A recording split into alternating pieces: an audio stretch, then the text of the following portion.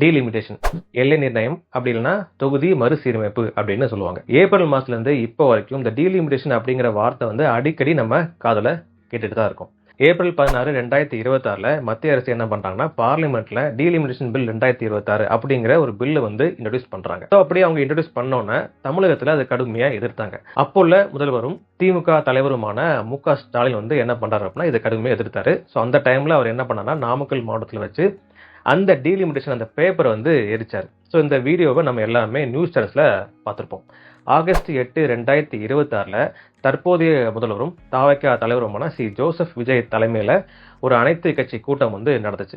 எதுக்குன்னா, இந்த டீலிமிட்டேஷன் சம்பந்தமா விஷயங்களை பேசுறதுக்கான கூட்டம் வந்து நடந்துச்சு. டீலிமிட்டேஷன் அப்படின்னா என்ன? நம்ம சட்டசபை தேர்தல் எடுத்துட்டீங்கன்னா தமிழ்நாட்டுக்கு மொத்தம் 234 தொகுதி. இதுவே நீங்க பார்லிமெண்ட் எலெக்ஷன் எடுத்துட்டீங்கன்னா தமிழ்நாட்டுக்கு மொத்தம் 39 தொகுதி.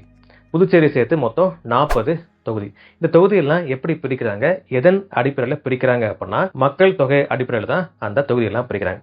மக்கள் தொகையை எப்படி கணக்கிடுறாங்க அப்படின்னா, சென்சஸ் மூலமா கணக்கிடுறாங்க. ஸோ நம்ம நாட்டுக்கு சுதந்திரம் கிடைச்ச அப்புறம் வந்து முதல் சென்சஸ் எப்போ எடுத்தாங்க அப்படின்னா 1951ல எடுத்தாங்க. ஒவ்வொரு 10 வருஷத்துக்கும் சென்சஸ் எடுப்பாங்க. அப்புறம் 1961, 71, 81, 91 அப்படின்னு சென்சஸ் வந்து எடுத்துட்டு இருந்தாங்க. லாஸ்டா எடுத்த சென்சஸ் எப்போனா 2011ல.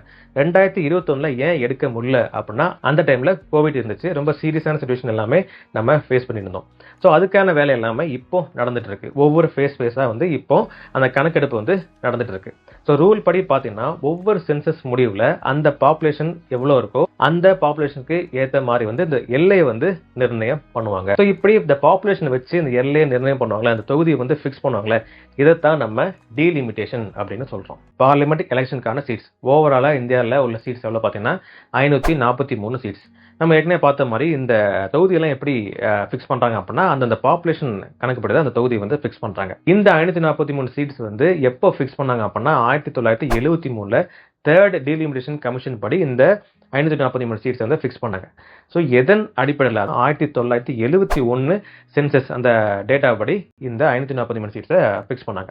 1952ல வந்து ஒரு நேஷனல் ப்ரோக்ராம் வந்து இந்தியா இன்ட்ரோடியூஸ் பண்ணாங்க. இது சம்பந்தமான ஃபேமிலி பிளானிங், குடும்ப கட்டுப்பாடு சம்பந்தமா ஒரு நேஷனல் ப்ரோக்ராம் வந்து இன்ட்ரோடியூஸ் பண்ணாங்க. ஸோ வேர்ல்ட்லே இந்தியா தான் ஃபர்ஸ்ட் கண்ட்ரி இப்படி ஃபேமிலி பிளானிங் சம்பந்தமா ஒரு ப்ரோக்ராம் இன்ட்ரோடியூஸ் பண்றதுல. ஸோ இப்படி மத்திய அரசு இந்த ப்ரோக்ராம் இன்ட்ரோடியூஸ் பண்ணோன்னே சதர்ன் ஸ்டேட்ஸ் ஆஃப் இந்தியா, அதாவது தமிழ்நாடு, ஆந்திரா, கேரளா எல்லாமே இந்த மத்திய அரசு இந்த ரூலை வந்து கொஞ்சம் நல்லபடியா ஃபாலோ பண்ணாங்க. பட் நார்த் ஸ்டேட்ஸ்ல வந்து இந்த குடும்ப கட்டுப்பாடு அந்த ரூல்ஸ் வந்து சரியா ஃபாலோ பண்ணாதனால எப்பவும் போலதான் அங்க பாப்புலேஷன் வந்து கண்டினியூ ஆயிட்டே இருந்துச்சு.